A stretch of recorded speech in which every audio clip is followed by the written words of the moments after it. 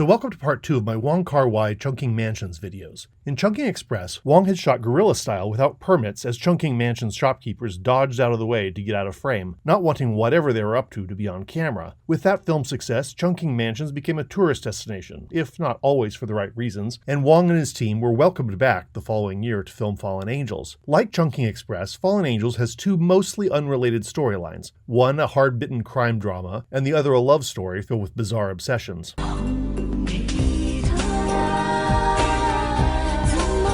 We start with a bloody, desolate tale of a killer and his agent. The two alternate shifts in a filthy Chungking Mansions apartment, like a timeshare for murderers. The killer retreats there for rest, recovery, and intel. When he's not there, the agent comes in to clean, leave details about the next job, and sort through his trash. She is clearly in love with him. And yes, this is the second movie in a row where an obsessed woman enters a man's apartment whenever he's not home to clean the place and roll around on the bed. The rolling this time is much more explicit than with Faye Wong in the previous film. The agent and the killer have clearly been together in the past and fantasize about each other in a bar which each knows the other frequents, but both recognize that a relationship more than professional would be unwise. Wong Kar-wai has expressed regret in casting Leon Lai and Michelle Rice in this film, because they're both just so startlingly attractive that it's hard to take the story seriously. I do find this the least intriguing of the four stories in Wong's two Chungking Mansions films, but it is great to look at.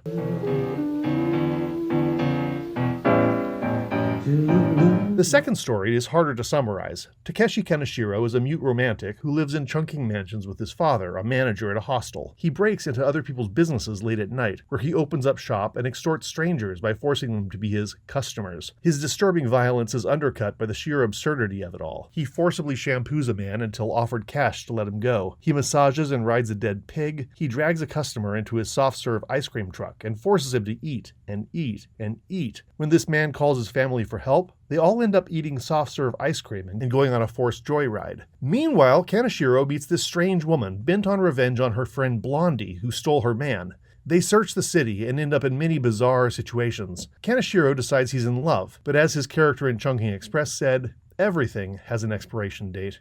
He has a tender, lopsided relationship with his long-suffering father. Kaneshiro's greatest desire is to send his father a love letter expressing his feelings, and I can't really talk more about that because I don't cry on this channel. Let's just say that Fallen Angels has a multifaceted, if simple, plot. This is, as critic John Powers wrote in his book WKW, the darker, uglier little brother of Chungking Express. It's both more even in its plot, but also maybe less perfect as a film.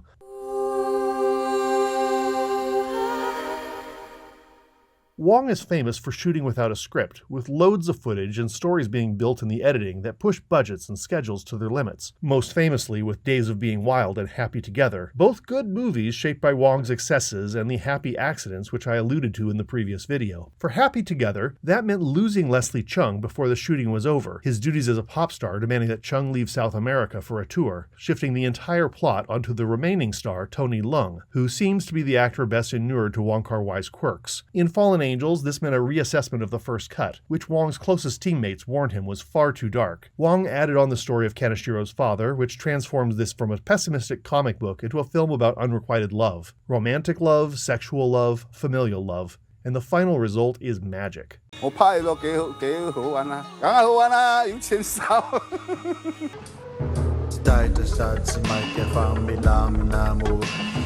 Wong has said that he's not interested in sex scenes or action scenes, so when he does do them, look out. His first three films had given us a taste of what Wong Kar-wai violence would look like. He started his directorial career with a blockbuster gangster film, after all. The shadow of John Woo loomed large in Hong Kong at the time and was spreading worldwide. Woo's A Better Tomorrow had made slow-mo bloody fights de rigueur, and Woo followed up with a string of brilliant, blood-soaked gun ballets that are still rattling Hollywood today. But here's a John Woo gunfight.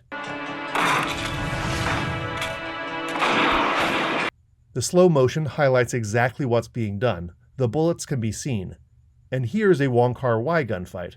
It's gun fu in the style of Claude Monet. It's still exciting, but much less likely to make you want to swagger around like Chow Yun-fat, chomping on a toothpick and burning up money. Woo's characters are calculating their next moves, while Wong's are just skimming along, hoping to survive. But my favorite fight scene in Fallen Angels happens during the more comic story. Exhausted by the futile search for Blondie, Takeshi Kaneshiro and his very odd new friend end up in a bar, where Kaneshiro clumsily attempts to put the moves on her. Neither notices that behind them, everybody is fleeing the bar, and then a brawl erupts. Kaneshiro is so caught up in his little romantic moment that it takes some time before he gets sucked into the brawl himself. It's beautifully shot, and sets this pair in another world, only delicately floating above the insanity of this one.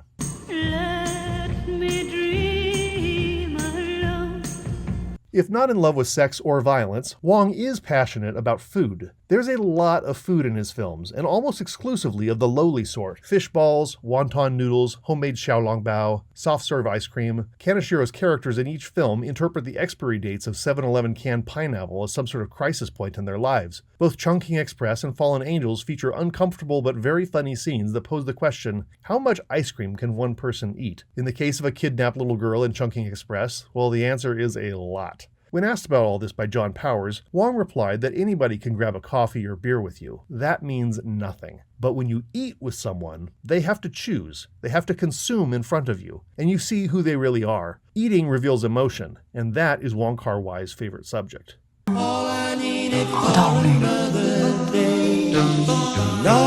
The plots of Fallen Angels converge by the end of the film, unlike in Chungking Express, where the characters barely touch each other in their own storylines. But there are fleeting connections even between these two films. That obsession with canned pineapple, a dream girl who becomes a flight attendant just at the moment she becomes unobtainable, a criminal dispatcher obsessed with their agent who sends them to their death, Chinese women with Western hair, and two women and a man named Blondie, one of whom we never meet. Unless we actually do, which I doubt. Karen Mock's sad, neurotic maybe call girl does not fit the bill of the treacherous, mysterious Blondie sought by Takeshi Kaneshiro.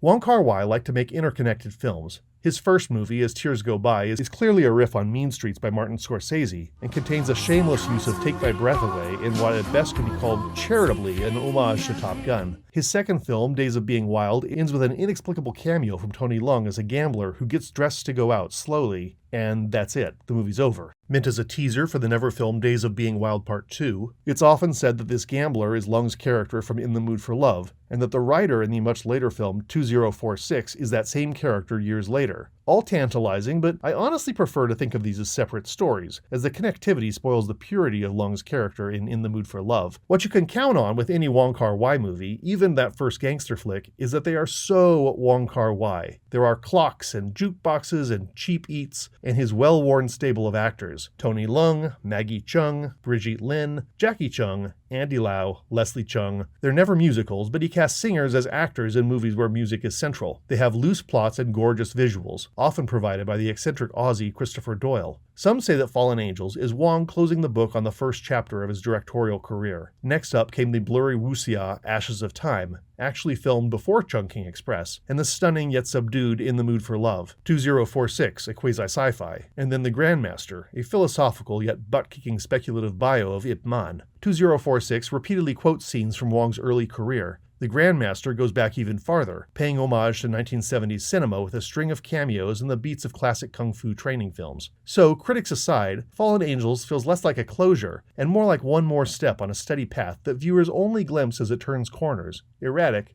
yet steady. 睇兩次，係咪知講乜嘢？